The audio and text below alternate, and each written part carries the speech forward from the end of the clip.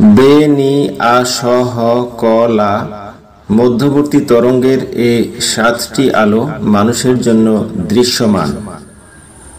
20 থেকে 20,000 ডেসিবেল মধ্যবর্তী এ শব্দ তরঙ্গ মানুষ শুনতে পায়। এর আগে আর পরে অনেক তরঙ্গ দৈর্ঘ্যের আলো ও শব্দ রয়েছে যেগুলো মানুষের জন্য উপযোগী নয়। তাছাড়া সৌরজগতের গ্রহগুলোর মধ্যে পৃথিবীর অবস্থান ও আকারের দিক দিয়ে মাঝারি। এটিতে মানুষ বসবাস করে কিভাবে বাড়াবাড়ি করবে? এগুলো ইসলামের মৌলিক শিক্ষার পরিপন্থী।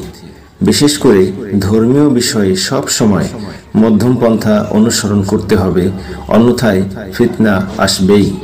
তাই শুধু আবেগ দিয়ে নয়, দলিলের আলোকে ইসলামী অনুশাসন প্রচার প্রসার করা জরুরি।